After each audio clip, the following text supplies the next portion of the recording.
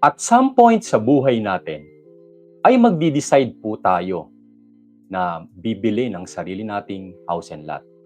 Puwedeng sa kasalukuyan ikaw ay nangungupahan, puwedeng ikaw ay nakikipisan sa iyong sariling pamilya, or maybe ikaw ay bagong kasal at bubuo ng sariling pamilya at siyempre naghahangad ka na magkaroon din ng sarili mong bahay. Sa pagbili natin ng bahay o ng house and lot o maybe condo, ay maraming factors ang ating kinukonsider. Una ay ang location, ang accessibility ng magiging housing project na ito, maybe doon sa iyong work o maybe doon sa current na tinitira nyo right now. Maybe yung pagdating sa ating budget, yung ating capacity to pay, yung affordability ng ina-avail natin. Or maybe kinukonsider natin yung laki ng bahay na i-avail natin. Depende sa ating miyembro ng pamilya. O pwedeng ikaw ay nagsisimulang pamilya kaya okay lang kahit mas maliit ang iyong bilhin. O pwedeng medyo meron ka ng mga anak kaya medyo mas malaki na ang hinahanap mo. Or pwedeng mas malaki kang pamilya kaya mas malaking property na ang iyong hinahanap. Kadalasan ang gusto nating i-avail ay malapit talaga sa city kagaya ng Metro Manila. Pero alam naman po natin na mas malapit ang housing project sa Metro Manila ay mas mahal ang ating ma-avail. At kadalasan nakakakuha po tayo ng property sa mga nearby provinces sa Metro Manila gaya po ng Bulacan. At sa ating mga pamimiliang housing project, usually sa mga affordable housing ay mga regular townhouses na wala namang provision for carport. What if merong housing project na kakayanin naman ng iyong monthly budget, medyo affordable pa ito, pero merong house and lot na may provision for carport? Well, ito pong ating video, ay yan po ang aking i-discuss. Ang isa pong housing project dito sa Santa Maria, Bulacan, na kung saan meron po tayong house and lot, particularly townhouse, na meron pong provision for carport. Simulan po natin ang atin pong diskusyon.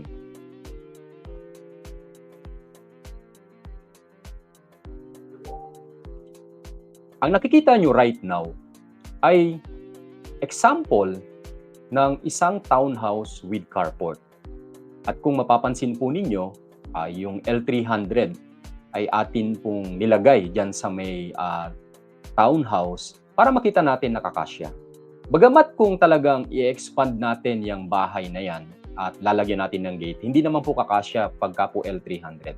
Pero yung mga usual na kagaya ng mga sedan o ng mga kotse, kakasya po talaga pagdating dito sa mga townhouse with carport. Ang ating mga housing na itatayo dito sa Santa Maria, Bulacan, currently wala pa naman tayong nakatayo. Itong ating nakikita right now ay ito yung ating project sa San Fernando, Pampanga. Pero ganito rin po ang itsura ng itatayo natin dito sa Santa Maria, Bulacan. At ang ating pong project ay tinatawag na Greenway Place na matatagpuan po sa Barangay Quezio, Santa Maria, Bulacan. Initially po, 15 hectares ang ating itatayo dito at 1,745 ang atin pong model units. As of now, ang atin pong actual site ay nasa pre-selling status. So nagla-land development po tayo. Kaya po kung kayo po ay bibili dito sa project na ito, masasabi ko lang po na aabutin po tayo dito ng 4 years kasi nga po ito po ay pre-selling. Kung kayo po ay hindi nagmamadali, mas mainam po na dito po kayo bumili kasi yung atin pong magiging monthly payment ay installment. In fact, 31 months to pay po ang ating pagbabayad sa down payment. Kaya po mas magaan sa bulsa. Sa ngayon ay makakapili pa po tayo ng mga iba-ibang location. No? Ito po ang kagandahan kapag nag-avail po tayo sa mga pre-selling status na kung saan marami pa po tayong options. Unlike kapag mga develop na ang subdivision, kukunti na lang po yung ating pamimilian. Well, mamaya, i-discuss po natin ang ating mga monthly payments, ang ating pong payment terms, at ganun din kung saan ba yung mga location na pwede po ninyong pamilian. So ito po ang ating status ng project. So nasa barangay road po tayo, and then ito na po ang ating land development. Okay? So 4 years po. Gaya ng sabi ko kanina, ang atin pong option kapag po tayo ay bibili ng mas affordable housing project ay mga nearby provinces kagaya po ng Bulacan. So bakit ba kayo bibili ng housing dito sa Bulacan? Unang-una, ang Bulacan po ay nandito po ang tinatayong Bulacan International Airport. Kung nakikita nyo po right now sa screen, pwede nyo rin pong i-search yan sa Google, sa YouTube, kung ano na po status ng international airport. Alam naman po natin kapag nagkaroon ng airport ang isang location, talaga namang magkakaroon talaga ng progress and development, tatayuan ng maraming commercial area, mga hotels, at kung ano pa ang itatayo sa mga paligid nito. At talaga namang in the next 5 years, kapag po natapos na yung airport na yan na ginagawa po ng San Miguel Corporation, pataas na po ng pataas ang value ng mga property sa Bulacan. So ano bang ibig sabihin nun? Kapag bibili pa kayo ng property after 5 years, mataas na po yung presyo ng mga properties dito. So yun po yung impact niya. And pangalawa po ay yung PNR. Ang tawag po dito yung NSCR, North-South Commuter Railway. In fact, kami sa Bukawi, Bulacan lamang, kitang-kita mo na talaga yung ongoing na ginagawa po na PNR. Ito po ay elevated, hindi po ito yung PNR na nasa baba lang ng rails, Ito po ay elevated, kagaya po ng MRT at LRT. And nandito rin po ang Northwind Global City na tinatayo po diyan sa malapit sa Marilao exit, ito po ay nasa boundary ng Marilao at Bukawi, sa Duhat Bukawi.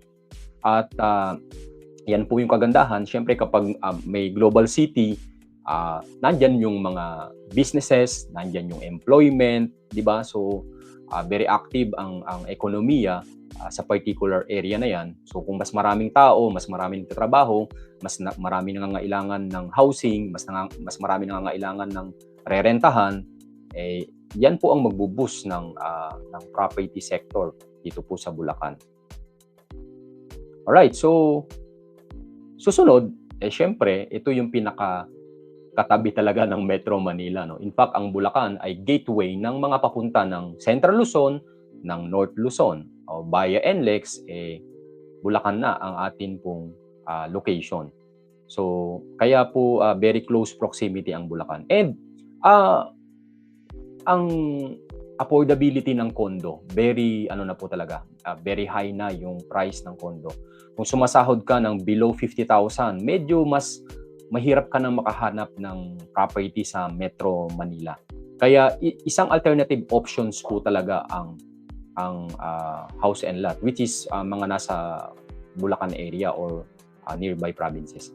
Now, dahil po ang tinutukoy ko kanina ay Bulacan area, which is Santa Maria, Bulacan po, ito po yung aking i-discuss. So bakit ba mainam na mag-invest sa Santa Maria, Bulacan? Unang-una, ang Santa Maria, Bulacan ay first-class municipality sa Bulacan at ito po ay one bus ride lang po talaga ito sa Quezon City, like sa SM North or sa Trinoma. Even if papunta ka ng Manila, napakabilis lang ng biyahe. In fact, kami from time to time, ako minsan nagko-commute, sasakay lang ako dito, like for example sa Bukawi, papunta ako ng maybe Sampaloc, Manila. Ang bilis, papunta ng Dangwa, papunta ng Espanya, wala pang 45 minutes nandun ka na. Of course, syempre pag hindi talaga sobrang traffic. So ganun ka-accessible ang ating pong Santa Maria, Bulacan, Bukawi at Santa Maria, Bulacan. Kasi 30 kilometers lang naman ang distance talaga nito mula sa Balintawak, Quezon City. In fact, dito sa amin sa Bukawi, kapag Bukawi exit, 15 to 20 minutes nandun ka na sa Balintawak, kapag talaga mula sa NLEX Bukawi. Kaya napakalapit po nitong ating project. And of course, aware naman po kayo na ang Philippine Arena ay located po sa Santa Maria, Bulacan, na kung saan dito po nagko-conduct ng various events dito po sa Philippine Arena. So meaning to say, halimbawa kung ikaw ang aim mo ay magkaroon ka ng investment, maybe paupahan o maybe gawin mong parang Airbnb, So dahil may mga events po dito, maganda rin pong reason yon to buy a property, no? Okay, so yun nga, kagaya ng nabanggit ko kanina, ang New Manila International Airport, no? Ito, in-estimate ko lang, nasa 15 to 20 kilometers away yan mula sa Bulacan, Bulacan. Napakalapit lang po niyan. And yung atin pong Bukawi, Bulacan na train stations, more or less mga nasa 10 kilometers away doon po sa ating project. Kaya po napakalapit po niyan. So as of now, as of the moment, dahil wala pa naman po tayong PNR na talagang nagka-travel, no, from Tutuban to Malolos, Bulacan, no. So ito po yung mga options natin for travel, no. May P2P bus, meron po diyan dito sa Bukawi exit, meron po diyan sa Walter Mart Santa Maria, Bulacan, meron pong P2P. Even sa Kaipombo, Santa Maria, Bulacan ay may P2P, no. Diretso po yan sa SM North saka po sa Trinoma. Pagdating naman po sa mga ang travel ay monumento, yan, may mga bus po like NSDC at iba pong mga bus, no, na papunta po ng monumento. At yung usual po na pumupunta sa Divisoria, dumadaan po ito sa may Bonifacio and then Chinese General Hospital, tapos sa may Dangwa, doon po dumadaan ito sa malapit sa Espanya, no, sa UST. Ayan, hanggang papunta po ng Divisoria, Doroteo Jose. Ito po, dumadaan po dyan. So, which is mga biyahe po yan ng Angat na dumadaan po ng Santa Maria, Bulacan. Okay, so, yan po yung ating accessibility. Now, isa sa consideration pa rin po natin, no, ang developer's profile. Ang atin pong developer ay ang The New APEC Development Corporation, which is, ito po yung brand na APEC Homes, no? Pag sinabi pong APEC Homes, ito po yung brand. Pero sa atin pong company, meron po itong group of companies like the New APEC Development Corporation, ang mother company.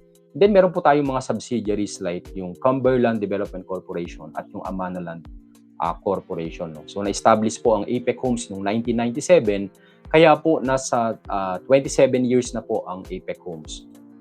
Okay, at ang mga project po ng APEC Homes ay sa iba-ibang location. Meron po sa meron po sa Batangas, Laguna, Cavite, Rizal, Bataan, may upcoming po tayo sa Bataan, sa Quezon, Pampanga, Tarlac. At ito nga pong dinidiscuss ko ay isa sa mga project dito po sa Bulacan, no. Kaya po napakarami na ng naging housing project po ng APEC Homes. At ang APEC Homes ay awarded po ng Pag-ibig. Ito po yung recent noong 2023 na second top developer ang The New APEC Group of Companies. So, yan po yung credentials ng APEC Homes na awarded po ng Pag-ibig. Okay? So, yan po. So, masasabi natin na marami na pong napatayong bahay ang APEC Homes. Over 80,000 homes in Laguna, Cavite, Batangas, Rizal, Bulacan, Quezon, Tarlac, at Pampanga. Okay? So, na-address na po natin ang atin pong developer's profile. Of course, syempre, wala namang perfectong developer po, no? Lahat po ng developer ay merong mga kanya-kanya ding mga challenges, no? May mga kanya-kanyang challenges sa mga project. Hindi ko naman po hindi naman po natin sinasabi na ito yung credentials ng developer ay perfecto na, no? So, hindi naman po ganun. May mga certain challenges na pinagdadaanan ang bawat housing project at bawat developer din po, no? Pero anyway, ito po yung mga criteria na kailangan po nating malaman din po, no? Kagaya ng awarded ng Pag-ibig para tayo may kapanatagan po sa ating pong sarili, no? Na talaga namang nagpapatayo ng bahay ang particular developer. Now, pag-usapan po natin ang location map. Ang Greenway Place po ay more or less nasa 10 minutes away lang po yan sa Walter Mart Shopping Center sa may Santa Maria, Bulacan po, no. At mula po dito, kung kayo po ay magko-commute, bababa po kayo sa may kanto po ng Keisho, doon po sa May Harvest, no. And doon po ay magta-tricycle. Sa tricycle, mga 5 minutes lang po 'yan ang atin pong ita-travel, no. So, usually galing po ng Divisoria, galing po ng Monumento, dito po talaga hihinto, no. Dinadaanan po itong kanto ng Keisho. At kung mga P2P naman, sa Walter Mart Santa Maria po kayo bababa. Okay? And then, as of now, Ito po yung pinipin before Casa Jovita Event Place. Pero ngayon, mapipin nyo na po yung Greenway Place. At ito po yung site. Okay? Yan. Now, pag-usapan po natin ang features and amenities. Mahalaga po na malaman din natin yung mga basic po na amenities na meron sa subdivision. Unang-una po syempre ang entrance gate at yung atin pong guardhouse. Okay? So, yan po. Two-way po yan. May pang entrance at may pang exit. And ito pong kagandahan ng atin pong itatayo dito sa may Santa Maria, Bulacan, no? Ito po yung una sa mga housing project ng Apex Homes na kung saan magkakaroon po ng commercial space. Based po sa explanation po sa atin, ang commercial space po na to pwedeng may mag-rent po dito like Pure Gold, pwede pong ganyan. So mas convenient na hindi na po talaga lalabas pa ng subdivision ang mga homeowners later on, no? So yun po yung kagandahan ng commercial space. And then meron po tayong clubhouse. Of course, syempre wala po tayong swimming pool. Ito po yung pwede nating gamitin kapag meron tayong mga events like birthdays, parties, etc. And then ito po yung ating basketball court. Okay? And meron po tayong water facilities. And yung atin pong material recovery facility, yung segregation of waste, dito po pwedeng ilagay. Alright, so anyway, dito hindi ko po pala na ilagay, no? Meron din po itong provision for school. May provision for school po, ha. Okay. Then ang site development plan po natin, kung papansinin niyo po, lalakihan ko lang po, no. Ito pong ating project ay combination po ng townhouse with carport, which is ito po yung aking i-discuss sa ngayon. Meron pong single attached, bagamat sold out na po nung nakaraan. And then meron din po tayong mga duplex units, no, yung mga color blue. Ang pinakamalapit po dito ay yung mga duplex, saka po yung ating mga townhouse with carport. Kung papansinin po nyo itong arrow, ito pong sa may blue at yung atin pong color for townhouse with carport, no. Yan po yung malapit. Mamaya makikita nyo po, isa-isahin po natin yung ating available para po makita po ninyo. Alright, so model house, ipapakita ko po muna sa inyo ang model house, no, ang townhouse with carport. So ganito po ang ating townhouse with carport. Okay, inner unit po yan. Ganyan po yung harap niya. Pwede nyo rin pong pamilian ang end unit. Kapag sinabi pong end unit, meron pong space sa pagitan na supposed to be, meron pang isang bahay po dyan, pero hindi na po nilagyan ng bahay. Yan po yung end unit. Hati po ang dalawang unit pagdating po dyan. And yung atin pong corner unit, syempre kapag ka po corner unit, maganda po yung view mo, no? Kumbaga doon sa side mo, kalsada, doon sa harap mo ay kalsada din, kaya kung i-renovate mo yan eventually, so maganda yung mailalagay mo mga windows, di ba? Kasi may view ka sa harap, meron ka ring view sa side. Yun po yung kagandahan nun. And then ganito naman po yung ating corner units and yung ating house turnover. Anyway, mag-share po ako sa inyo ng ating pong house turnover. Wait lamang po at bubuksan ko yung ating pong files. Right, so wait lang po.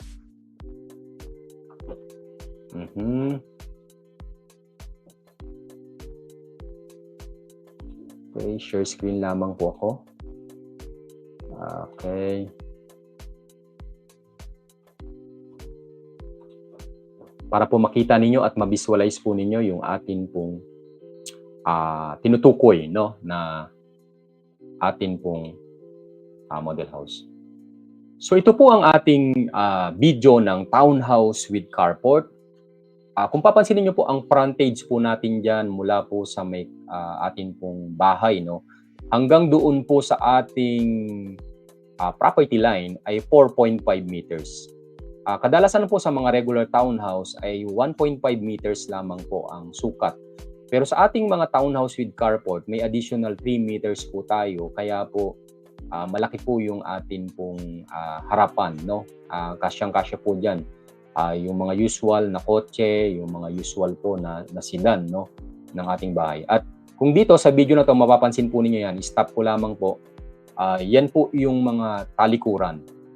Sa talikod po, meron po diyang tag 2 meters ang dalawang magkatalikod na bahay at hati pa po kayo dyan. At kung corner unit ang inaabil po ninyo, syempre ang space po ninyo ay yung harap, gilid, saka po doon sa atin pong likod. So ito po yung mga itatayo, no? Ganito po yung itatayo sa Santa Maria, Bulacan.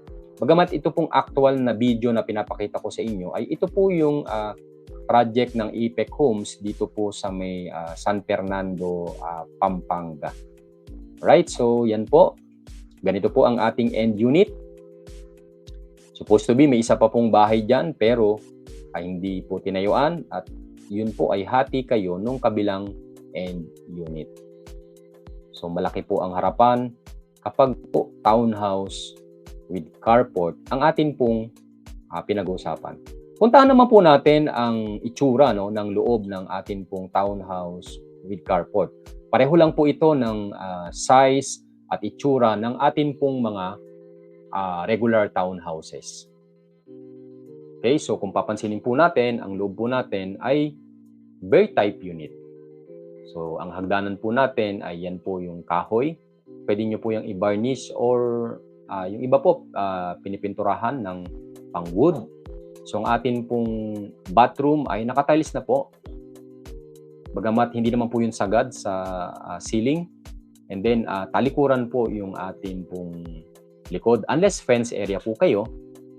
So nandyan po yung lababo. Ayan. So pasukin po natin and yung atin pong taas. Check po natin yung ating taas. So ang taas po natin, kasya po dyan yung dalawang room kapag po pinalagyan nyo ng room.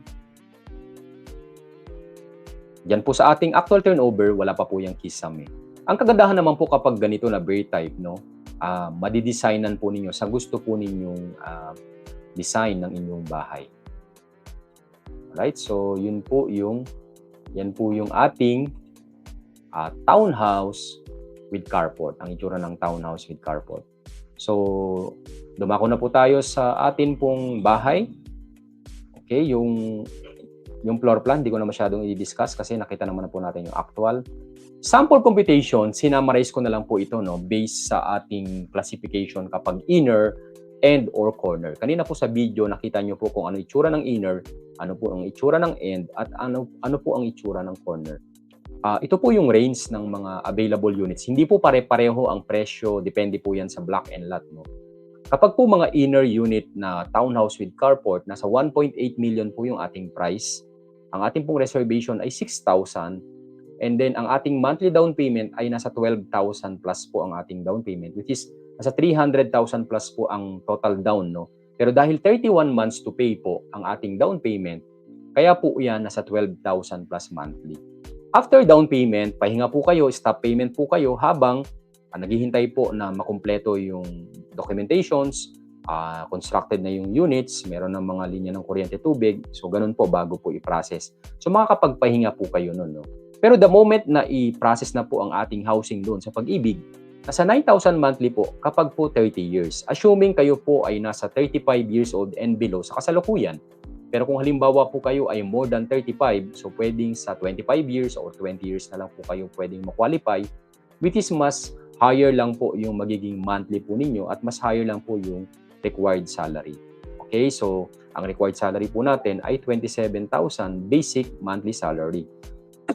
Kapag end unit naman po, 2.3 million, 10,000 to reserve, and ang range po natin ay 17,000 monthly sa 31 months. So, iba-iba po yan, no? Depende po sa block and lot, no? And then, ang range po ng ating monthly sa Pag-ibig ay nasa 11,000 monthly. 32,000 dapat ang ating basic salary para ma-qualify tayo.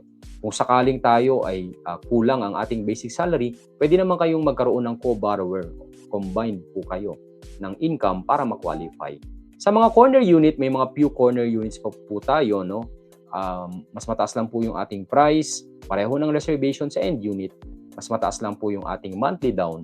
Pero sa ating monthly sa Pag-ibig halos pareho lang, no? So nagkakaiba lang ng monthly payment kapag dating po sa atin pong down payment. Okay, so yan po yung range, although magkakaiba po yan, depende po sa block and lot. Right. So, bago ko po i-discuss yung process ng pag-avail, ay akin po munang i-share sa inyo ang atin pong mga available units para pwede po kayong merong pamilian. No? Kung nakita nyo po right now, meron pa po tayong mga available na townhouse with carport malapit sa gate. Meron din po tayong mga duplexes na malapit lang din po sa gate. Kaya po, this is the best time na makakapili pa po kayo. Main road ang pwede nyong pamilian. Ito po nakita nyo right now na color pink na to na nasa main road. Mula po dyan sa gate, yan po ang available. Yung mga may pula at dilaw at blue, yan po yung ating pamimilian. Kapag blue, yan po yung end unit. Kapag po yung red, yung mga inner unit. At kapag po yellow ay corner unit. Bagamat ang atin pong townhouse with carport dito nasa block 12. Yung iba po kasi dito sa block 3, 4 hanggang block 11 ay mga duplex with garage po yan. Okay, so may mga pamimilian po tayo. Alright, so ito rin po yung isa. Anyway, sa details po, kung kayo po interested, pwede po namin kayong provide ng details na to. So, meron po tayong katapat ng multipurpose hall, yung ating community facility sa may block 29. Main road po, malaki yung kalsada, pwede nyo pong pamilian. Okay, so yan po. Or meron din mga regular townhouses. So yan po yung ating basic na mga available lang. Kung kayo po ay interesado, pwede po kayong mag-message sa akin para po doon sa mismong mga detalye. Or any of the RRCT Realty agent ay pwede nyo pong contact. Ang process po ng availment, magre-reserve po siyempre kayo. Kapag po nag-reserve kayo, kailangan lang po meron kayong mga requirements, initial requirements dahil po ito ay pre-selling. And then magsisimula na po ang inyong pong down payment after po ng 30 days. At nag-allowance lang po ng additional 15 days sa mga gusto pong mag-extend ng 15 days. So pwedeng ang first equity natin ay nasa 45 days. And then every month na po later on ang ating pagbabayad. After po natin magbayad ng down payment, pahinga po tayo sa pagbabayad. Stop payment po tayo. Yung tinatawag po natin na waiting period. Ano ba yung waiting period? Kasi bago po i-process ang ating housing loan, hihintayin pong magawa yung bahay, hihintayin pong yung documentations pagdating po sa title, lahat po ng related sa title, yung linya ng kuryente at tubig, kumpleto po dapat yung mga yon. At yung pagkukumpleto na natin ng requirements later on. Usually sa experience po natin, mga allowance of 1 year. So kung 3 years na ang ating down payment plus 1 year, so kaya po pwedeng umabot po ng 4 years ang atin pong timeline for turnover. So yun po yung ating range. And then ipaprocess natin ang ating housing loan. And then after po niyan, kapag po tayo ay na-loan take-out na, magbabayad na po tayo ng first monthly natin sa Pag-ibig. At kapag nakabayad na tayo ng first monthly sa Pag-ibig, pwede na po tayong magpa-schedule ng turnover ng atin pong unit. At kapag naka-turnover na po tayo, syempre at some point dahil very type unit po ang turnover, meron kang gagawing some renovation, either minor or major. May policy lang po doon ang Apex Homes pagdating sa mga renovation. Like dapat naka 3 months ka ng monthly kay Pag-ibig at 6 months monthly amortization ka na sa Pag-ibig doon sa loan mo bago ka makapag major renovation. May mga ganun pong policy. So, yun po. And then, dalawang klase ng reservation, pwede pong online reservation. Kapag online, pwede po tayong mag-reserve anywhere sa cellphone po namin. Kami pong mga seller, meron po kaming login access sa Apex Homes portal na kung saan makikita po namin yung mga availability at pwede nating i-reserve online. And then kapag online, syempre, iba po yung process nun. And then yung pangalawa, office reservation. Pag-usapan po natin yung online reservation process. No? Sa part mo bilang buyer, mag-prepare ka po ng reservation details mo, yung inyo pong profile, no? Kagaya ng last name, first name, middle name, birth date, and even employers po, no? Then mamimili po kayo ng block and lot, and then send nyo po yung reservation fee kasi kami po yung magre-reserve in your behalf. So, ganun po ang sistema. Pwede naman pong mag-video call para nakikita nyo habang nire-reserve. So kapag ka po okay na, nakapili na kayo ng unit, meron na po reservation fee, meron na po kayong reservation details, so magla-login na po kami sa access po namin, seller's login or broker's login, tapos i-reserve na po namin ang unit. So pipili po kami ng unit, depende po sa availability, at kapag na-reserve po namin, screenshot po namin ang mga payment documents para po magkaroon din po kayo ng copy. Makaka-receive po kayo ng text message, system generated, na successful po ang inyo pong reservation ng inyo pong unit. And then, schedule po kayo ng Apex Homes eventually ng online orientation. Pero bago yon, i-require po kayo na mag-fill out dito po sa online buyers portal o online buyers information sheet na kailangan nyo pong fill outan. Okay? And then, i-attach nyo po dyan yung mga vital documents or maybe ito po ay i-require sa inyo na ipapa-email po sa inyo yung inyo pong mga initial requirements. Alright?